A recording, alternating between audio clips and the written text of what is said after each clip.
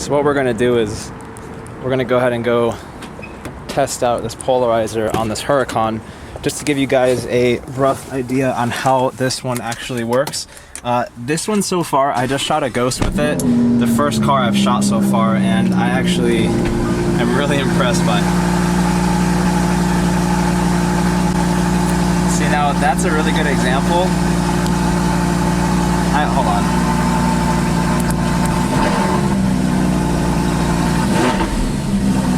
Come on, quiet down.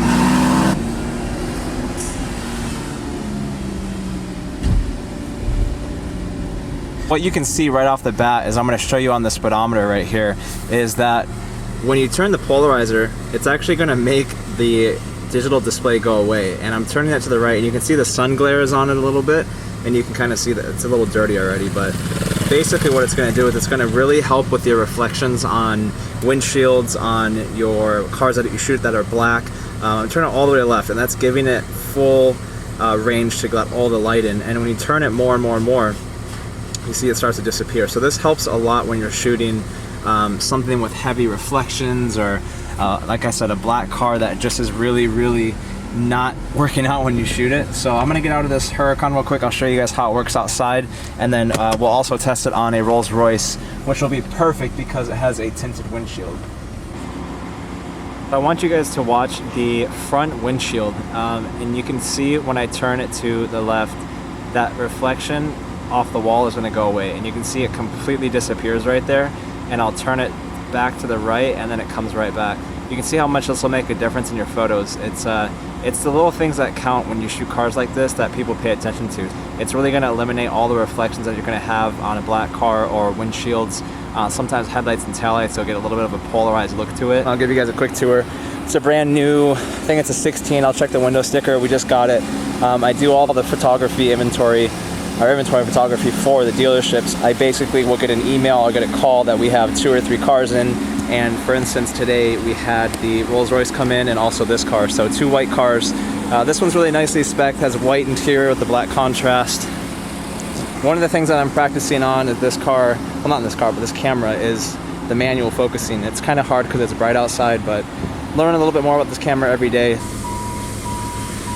One of the ways that you can tell that this is a 2016 is the vehicle may roll. So I have the car in neutral right now just because I'm going to get out and move the car. Basically what I try to do is when I shoot these cars, I have to make sure that they're centered. So if I stand right by the sign, you can see it's off center. So what I'll do, literally push the car. And thankfully some of these cars are pretty dang light. And there you go, nice and centered. Here's another example too, using the polarizer filter. This is on a Rolls-Royce. This car is white with really dark windows. This one actually has a tinted windshield, so this one you might be able to see it a little bit more. I'm turning all the way to the right, and you can see all the reflections on the windshield are gone, and they're back right there. So you can see it goes back and forth between showing the reflections that bounce off the windshield. Sometimes they'll actually bounce off of the chrome grille. A lot of black cars have this problem too. Let's see if we can get this to do anything for us. Yeah, you can see it changes throughout when I spin.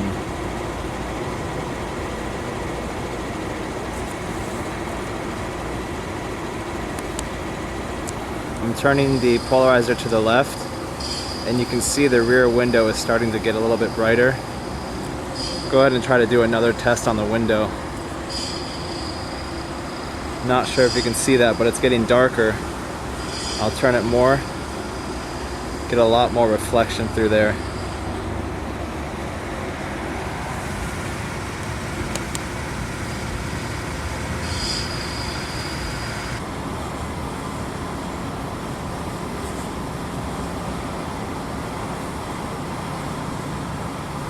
One of the last things I'm going to do for you guys, which I don't really like doing, but I'm going to do it for the video purpose. The sun's coming out a little bit, but I actually just took off the polarizer. I'm actually going to put it on during the video so you can see the difference. So now it's on. We'll go ahead and check some of the reflections. And off.